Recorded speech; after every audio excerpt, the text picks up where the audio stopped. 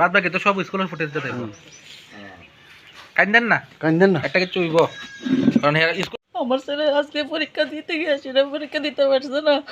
আমি খুব কষ্ট করে সেটা টাকা দিচ্ছি স্কুলের ভিতরে 50 থেকে 60,000 টাকা দিচ্ছি। আমার কোনো কিচ্ছু হয়েছে না। আমার ফুলাটার জীবনটা আজকে নষ্ট হয়ে গেছে। আমি আজকে পরীক্ষার দিকে ঘুরাই দিচ্ছি। ফুলা পরীক্ষা দিতে পারছে না, বাংলা লিয়ে পড়ছে সবসময়, আর অনেক হিন্দি লিখে দিয়ে দিচ্ছে। আমরা তো কেউ হইলে আমার জানি না স্যার, এখন আমি কি করবো? আমার ফুলার জীবনটা নষ্ট হয়ে গেছে। সিবিএসসি তো স্কুলতে আমি করতেছি, আর আমার যে স্কুলে সে দিরিজি স্কুল, তো আমি নবোদয় স্কুলে গিয়ে এক্সাম দিতাম।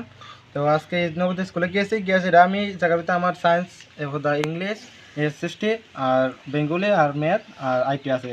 তো এটার ভিতরে আমি গিয়ে দেখি আমার এই আজকে দিয়ে আসতো 28 তারিখের ভিতরে আমার দিকে এই জায়গার ভিতরে আমার বেঙ্গলি নাতে হিন্দি দিয়ে দিচ্ছে। তো আমার এটার লিগে আমি আজকে গিয়ে দেখি এটা এমন যে আমি আর পরীক্ষা দিতে পারছি না এই বছরের ভিতরে। স্কুল কর্তৃপক্ষ এটা দেখছে না আগে তোমার এডমিটটা? না স্যার, এটা তো এমনি জানাইছে আমারে। তো আমার তো কইতাছে কই স্কুলতে বলে এটাও হিন্দি দিই না। তো হিন্দি তো আমি দিছি না, আমি বেঙ্গলি ক্লাসও করছি। আমি আজ 2 দিন ক্লাসও করছি না। তো এটা আর কি স্যার? আচ্ছা, আজকে তোমার কি পরীক্ষা আসতো আর কি হয়েছে ঘটনাটা? আজকে বেঙ্গলি পরীক্ষা আসতো। তো বেঙ্গলি পরীক্ষা আমার আছে আসলে হিন্দি পরীক্ষা, কালকে বেঙ্গলি পরীক্ষা গেছে। তো আমার রুটিনে লেখা দিচ্ছে আজকে মানে হিন্দি কোর্স বি। তো কোর্স আমি তো জানি না, তো আমি তো ভাবছি আজকে হিন্দি আছে, তো হিন্দি লোক বেঙ্গলি সব ঠিক আছে।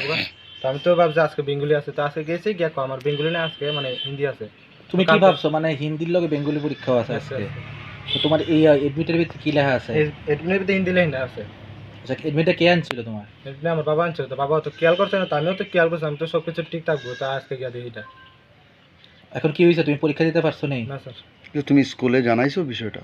আমি তো স্কুলে জানাইছি। তো আমি তো ভাবছি আজকে মানে স্যারেরা মানে ডিউটিতে আছে, তারপর দূর পরে জানা দিবি। কোন স্কুলের স্টুডেন্ট তুমি? স্কুল।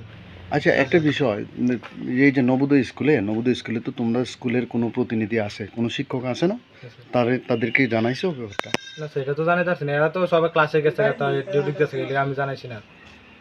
স্কুল জানে না? না না স্যার। এখন কি হয়েছে, তুমি পরীক্ষা দিতে পারছো না? তোমার নামটা কি? বাপনদের। বাবার নাম? বাপিদের।